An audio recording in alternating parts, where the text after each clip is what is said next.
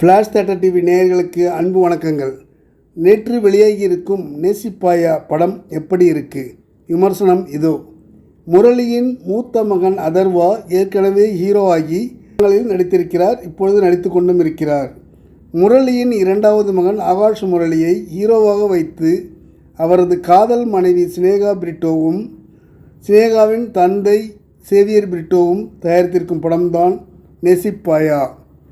அறிந்தும் அறியாமலும் பில்லா போன்ற படங்களை இயக்கிய டைரக்டர் விஷ்ணுவர்தன் இந்த படத்தை இயக்கியிருக்கிறார்.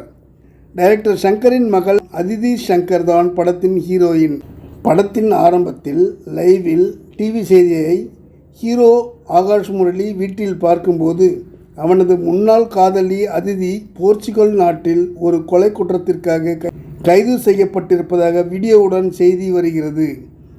நண்பன் கிரெடிட் கார்டு கொடுத்து உதவ உடனடியாக போர்ச்சுகல் போகிறான் ஆகாஷ் முரளி. அங்கு அவளை சென்று காப்பாற்ற வேண்டும் என்கிற முடிவோடு செல்கிறான்.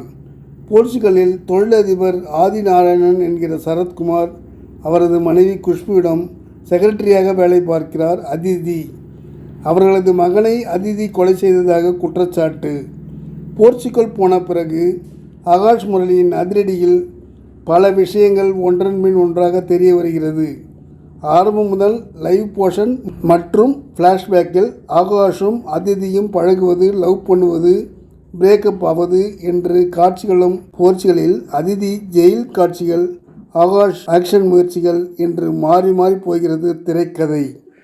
ஆகாஷ் முரளி உருவத்திலும் டைலாக் டெலிவரியிலும் அவரது அப்பா முரளியை நினைவுபடுத்துகிறார். அதிதி சங்கரை நன்றாக நடிக்க வைத்திருக்கிறார் டைரக்டர். சரத்குமார், குஷ்பு, பிரபு, கடலோர கவிதைகள் ராஜா என்று முக்கியமான கேரக்டர்களில் வருகிறார்கள். ஆகாஷ் முரளி நடிகராக என்ட்ரி, அவ்வளவுதானே தவிர அவரை ப்ரூவ் பண்ண அடுத்தடுத்த படங்கள் தான் ஹெல்ப் பண்ண வேண்டும். நன்றி, வணக்கம். எல்லாருக்கும் வணக்கம். நான் தான் மனஸ்வி. ஃப்ளாஷ் தியேட்டர் டிவிக்கு லைக் பண்ணுங்கள், ஷேர் பண்ணுங்கள், சப்ஸ்கிரைப் பண்ணுங்கள், கமெண்ட் பண்ணுங்கள். மறக்காமல் அந்த பெல் ஐக்கானையும் கிளிக் பண்ணிடுங்க. அப்போ தான் உங்களுக்கு நோட்டிஃபிகேஷன்ஸ்லாம் வரும். Thank you all. Bye bye.